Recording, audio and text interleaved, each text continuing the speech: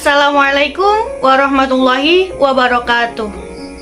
Yang terhormat Ibu Triana Indrawati MA selaku dosen pengampu mata kuliah deteksi dini tumbuh kembang anak. Yang terhormat Ibu Dini Anggraini, dan tak lupa pula teman-teman kelas PIAUD A. Alhamdulillah pada kesempatan kali ini kami dari kelompok 9 diizinkan untuk memaparkan materi yang berjudul Deteksi Permasalahan Perkembangan Anak. Sebelum ke pemaparan materi, izinkan saya sebagai moderator untuk memperkenalkan nama dari anggota kami. Yang pertama ada Windy Widiawati NIM 2419002. Yang kedua Emilia Nailur Rohma NIM 2419018. Yang ketiga Ade Melani Wulandari NIM 2419029. Yang keempat Nailatul Iza NIM 2419034. Deteksi dini autis pada anak. Autis merupakan gangguan perkembangan saraf otak yang membatasi kemampuan anak untuk berkomunikasi dan bersosialisasi dengan orang lain. Bagian otak yang terkena dampak dari sindrom autis adalah area yang mengatur tentang komunikasi, emosi, dan pergerakan tubuh. Autis merupakan sikap anak yang cenderung suka menyendiri karena terlalu asik dengan dunianya sendiri. Dengan kata lain, anak autis suka dengan urusannya sendiri daripada bersosialisasi dengan orang lain di lingkungan sekitarnya. Gangguan autisme pada anak ditandai dengan 3 gangguan utama. Yang pertama, gangguan interaksi sosial, yang kedua, gangguan komunikasi, dan yang ketiga, gangguan perilaku. Dari ketiga gangguan tersebut, yang terpenting untuk ditangani terlebih dahulu ialah gangguan interaksi sosial. Karena jika gangguan interaksi sosial pada anak dengan gangguan autisme ini membaik, maka gangguan komunikasi dan gangguan perilaku akan ikut membaik juga. Gejala autis akan tampak sebelum anak berusia 3 tahun. Sejak usia bayi, anak memiliki keterlambatan interaksi sosial dan bahasa. Anak dapat pula berkembang secara normal, tetapi sebelum usia 3 tahun perkembangan itu terhenti. Bahkan mengalami kemunduran. Penyebab autis bisa berbeda di setiap anak. Beberapa penyebab autis diantaranya disebabkan oleh yang pertama, gangguan neurobiologis pada susunan saraf pusat. Kemudian yang kedua, gangguan pada usia awal bayi. Agar dapat melakukan deteksi dini, orang tua perlu mengetahui dan memahami apa yang menjadi penyebab autis. Mengetahui bagaimana perkembangan ikatan emosional yang normal pada anak usia di bawah 3 tahun yang dapat diamati dari perilaku anak terhadap orang lain. Dan mengetahui gejala-gejala autis pada anak usia di bawah 3 tahun. Dengan mengetahui penyebab autis, ibu dapat menelusuri kembali pengalaman-pengalaman ibu pada saat hamil, melahirkan, dan setelah kelahiran anak tersebut. Hal ini dalam rangka mengetahui apakah anak berisiko tinggi terhadap autis atau tidak. Kemudian cara mendeteksi autisme dapat dilakukan dengan tahapan sebagai berikut. Yang pertama, deteksi dini sejak dalam kandungan. Kemudian yang kedua, deteksi dini sejak lahir sampai dengan usia 5 tahun. Kemudian yang ketiga, deteksi autis dengan screening.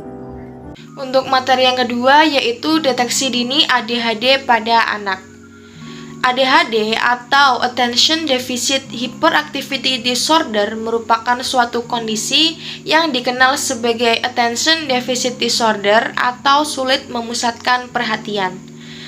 Adapun ADHD merupakan pola yang menetap dari inattention atau hyperactivity impulsif pada seseorang. Biasanya terjadi dalam berbagai situasi seperti di rumah, di sekolah, atau situasi sosial lainnya. Deteksi dini pada anak dapat diketahui sebelum berusia 7 tahun.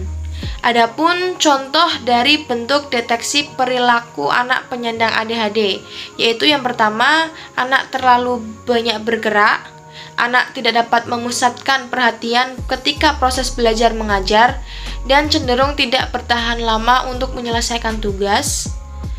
Kemudian, anak selalu bosan dengan tugas yang dihadapi, berperilaku kurang mengendalikan diri, disorganisasi atau ketidakmampuan dalam mengatur berbagai hal seperti tugas-tugas sekolah dan barang-barang yang dimilikinya, dan seringkali mengalami kesalahan ketika membaca tanda-tanda sosial secara impulsif dan menampilkan perilaku yang tidak sesuai. Saya Demelani Wulandari, NIM 2419029 akan menjelaskan poin yang ketiga, yaitu deteksi stunting pada anak. Deteksi stunting pada anak adalah kondisi gagal tumbuh pada anak balita akibat dari kekurangan gizi kronis sehingga anak terlalu pendek untuk usianya. Kekurangan gizi terjadi sejak bayi dalam kandungan dan pada masa awal setelah anak lahir, tetapi baru nampak setelah anak berusia 2 tahun. Kerdil atau stunting pada anak mencerminkan kondisi gagal tumbuh pada anak balita di bawah 5 tahun akibat dari kekurangan gizi kronis sehingga anak menjadi terlalu pendek untuk usianya. Penyebab stunting disebabkan oleh faktor langsung maupun tidak langsung. Penyebab langsung dari kejadian stunting adalah asupan gizi dan adanya penyakit infeksi, sedangkan penyakit tidak langsung adalah pola asuh, pelayanan kesehatan, ketersediaan pangan, faktor budaya, ekonomi, dan masih banyak faktor lainnya.